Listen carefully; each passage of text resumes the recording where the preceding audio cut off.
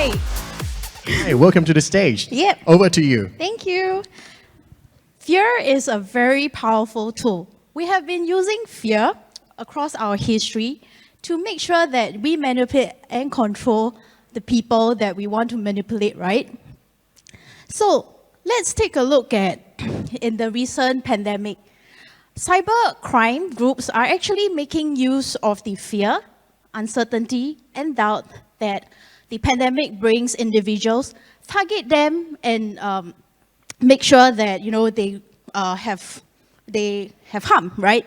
So in this session today, I'm really happy to be able to see everyone here in 3D, right? After 2 years of pandemic, I'm from Singapore.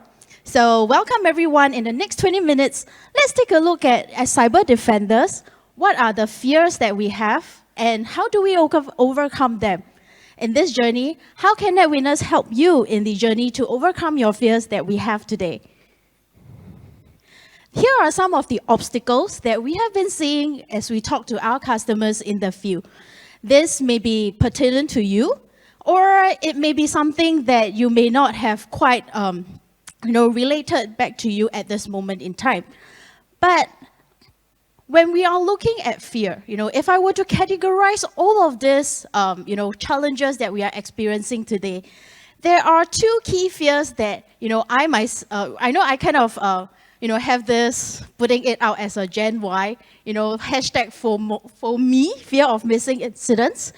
What we are doing to our analysts, our SOC team today is, we put in a lot of different technology, impressive technology into our environment today, just to make sure that we detect all the threats that we want it to be, right? But have we thought about once all of these technologies have been, put together, what would happen? We have our analysts to look through the continuously flow of alerts, and that also includes true and false positives, right?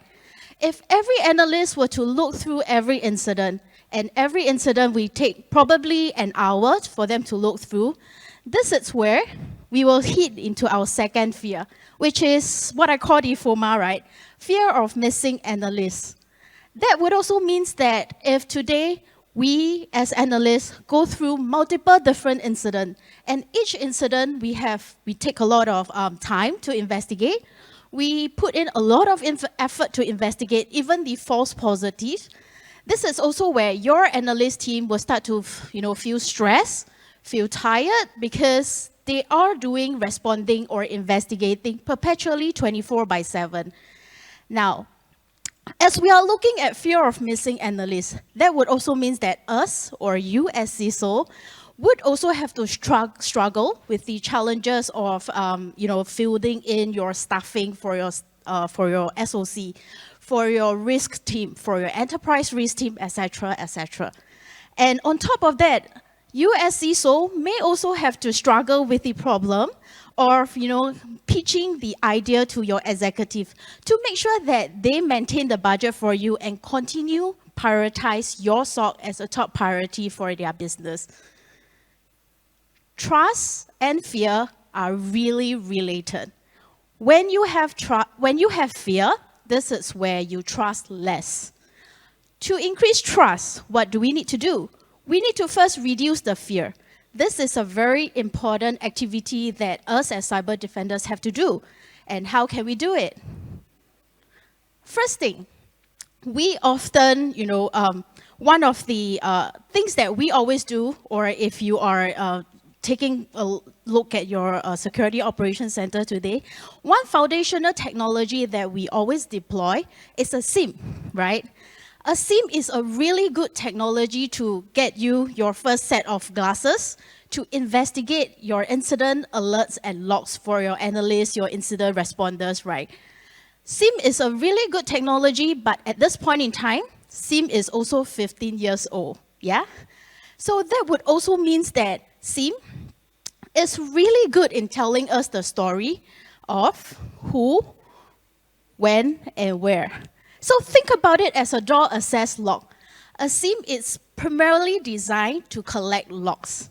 Logs are really great in telling us who went into the room, where did they went, and when did they went. or even which asset within your environment or your Active Directory do they have brute force attack, yeah? So a door access log is really high level, right? But what a door access log or a logs doesn't tell us is who is in the room. Are they having a party? Or is there a serious executive meeting that is ongoing in the room? Or even who is dancing in the middle of the room? These are the key important information that a SIEM doesn't tell us.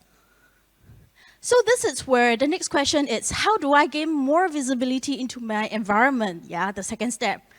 And this is where we advocate putting in or capturing network packet information. This is the key to answering some of the questions that we mentioned earlier. This is also the key that will help us to answer who was dancing, what are the people and device that is associated in that conversation. So we rely on network packets just like how we would rely on a CCTV monitoring, right? But there is also a third question. What are the processes that is running on the endpoint? What is the endpoint? Is it an Active Directory? Is it an LDAP? Or is that a CISO's endpoint?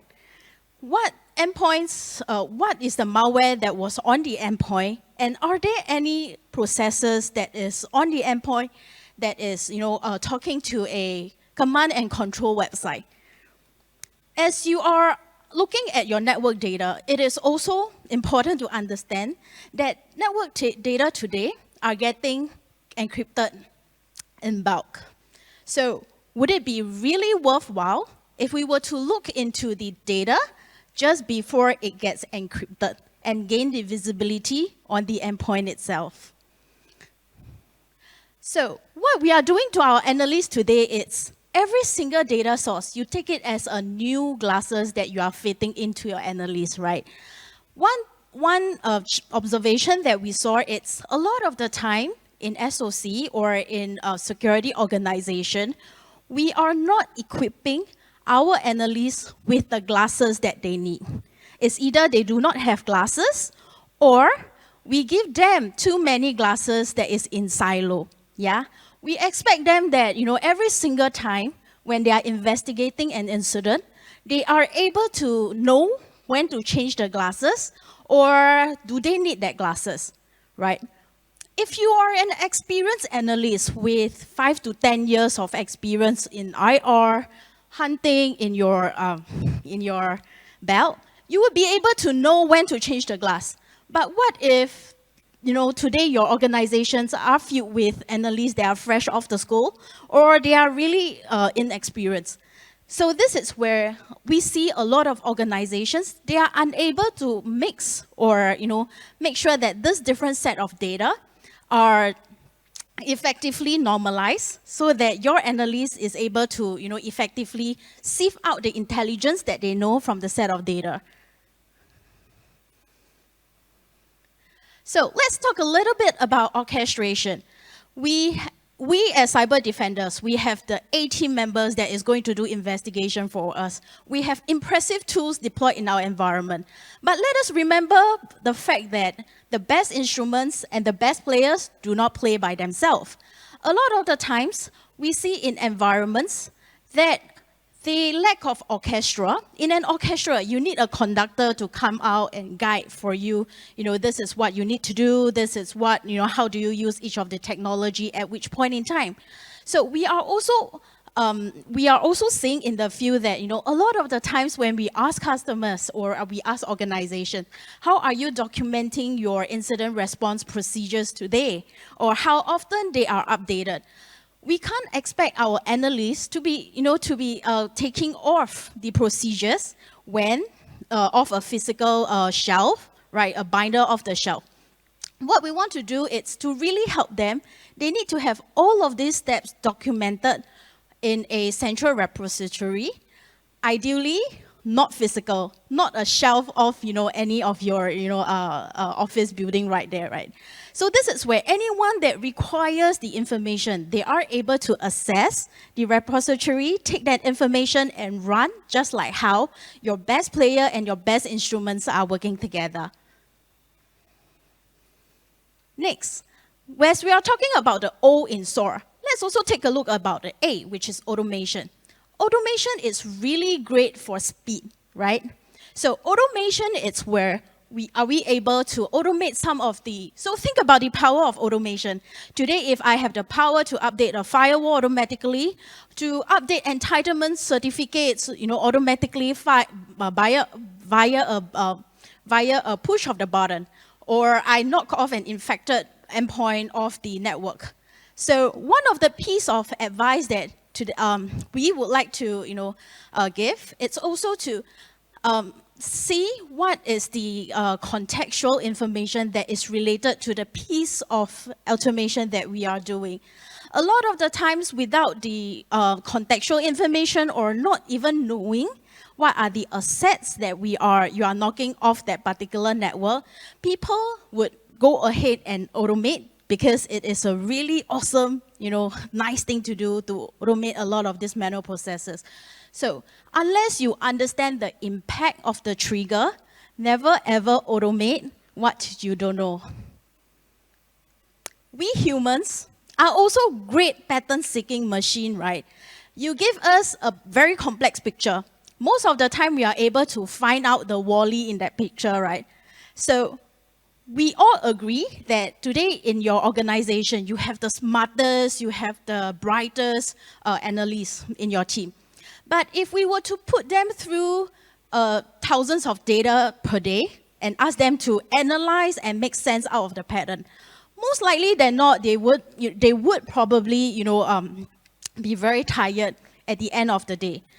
It's the mental resources that we are talking about that we have to help our analysts to preserve. There are things that is out there that we can do to help them. So say, for example, if I were to prioritize a data or an incident, am I able to leverage on threat analytics solution that is able to use machine learning capabilities so that I can sieve out the information so that they are able to prioritize and investigate the alerts that truly matters? The last part to this solution is humans. We talk a lot about tools. We talk a lot about technologies earlier. Let's also acknowledge the fact that today humans is the most important ingredient in your security organization, right? So this is where let's consider job rotation. So say for example, you have identified an analyst that is an A-star. He or she is a rock star that you can't do without.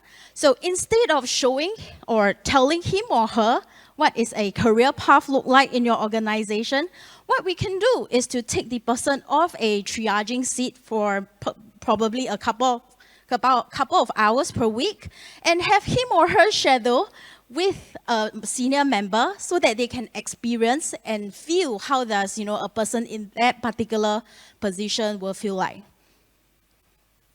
So we have spoke about some of the these 5 key areas where we can work on to reduce our FOMI and FOMA. So work towards, as you are looking through your strategy, looking through your program, find vendors, find partners that are able to help you to navigate through the terrain. The RSA NetWitness platform is essentially built to capitalize on data visibility. So we have the capability in our data fabric to take in logs, networks, and endpoint information, be it on-prem or in the cloud. So collecting data, it's collecting a huge amount of data. It's difficult, right? But making sense of the data that we collect, it's more difficult task. So this is where we build a technology where we are able to capitalize on the data planes and be able to infuse with threat intelligence and a zero-touch behavioral analytics solution. At the core of our analytics is that is machine learning capabilities, where we reduce the amount of work that your SOC needs to do. So as we are making analytics, prioritizing, investigating the alerts, how do we speed up the reaction time that your analysts will need to do as they are investigating alerts? So at the centerpiece of our strategy is our NetWitness orchestrator, which is essentially orchestrating all the data collection and responses that you need to do. Before I end my session today, so I would like to invite everyone here to our briefing session, where we will be demonstrating some of the key points that we have mentioned earlier with our technology partners right here. So I hope I'm able to share with you more on how the NetWitness, NetWitness platform is able to help you in your organization's journey. Thank you. Well, thank you very much. A big round of applause. Kindly remain on the stage a little bit, Miss Jolene Lim. And also I'd like to welcome to the stage Miss กฤษณาครับเรียนเชิญได้สรุปสักนิดหนึ่งนะครับรวมถึงได้มอบของที่ระลึกให้กับคุณโจลินลิมด้วยครับ First time I think you are selling smart glass ก็ในสำหรับ NetWitness นะคะก็เกิดมองในส่วนของที่หน้าสุดท้ายนะคะก็คือโดยสรุปคร่าวๆก็คือว่าความจริงเขามีคีย์เวิร์ดอยู่นะคะบอกว่าfear anything That's right, fear and trust fear and trust นะคะก็คือเนื่องจากว่าในฝั่งของ NetWitness เองก็สามารถทำให้ทุกอย่างเป็น visibility ได้นะคะก็คือถ้าเกิดหน้าสุดท้ายเองเขาจะมีว่า visibility ด้วยอะไรนะคะก็คือด้วยการที่รวบรวมหลอกจากในซอสต่างๆนะคะมีอยู่3ซอสนะคะแล้วหลังจากนั้นก็จะมีในเรื่องของการ analytic ข้อมูลก็โดยการที่ใช้ในฝั่งของ UEBA มาช่วยนะคะในการ analyze นะคะแล้วก็หลังจากนั้นก็คือก็จะเป็นในส่วนของที่ว่าพอเกิดขึ้นมาแล้วเสร็จปุ๊บเนี่ย challenge ก็คือว่า incident เยอะแยะเลยเราจะ action อย่างไรเขาก็มีเป็นลักษณะของ orchestrator เป็นลักษณะของ automation เกิดขึ้นนะคะ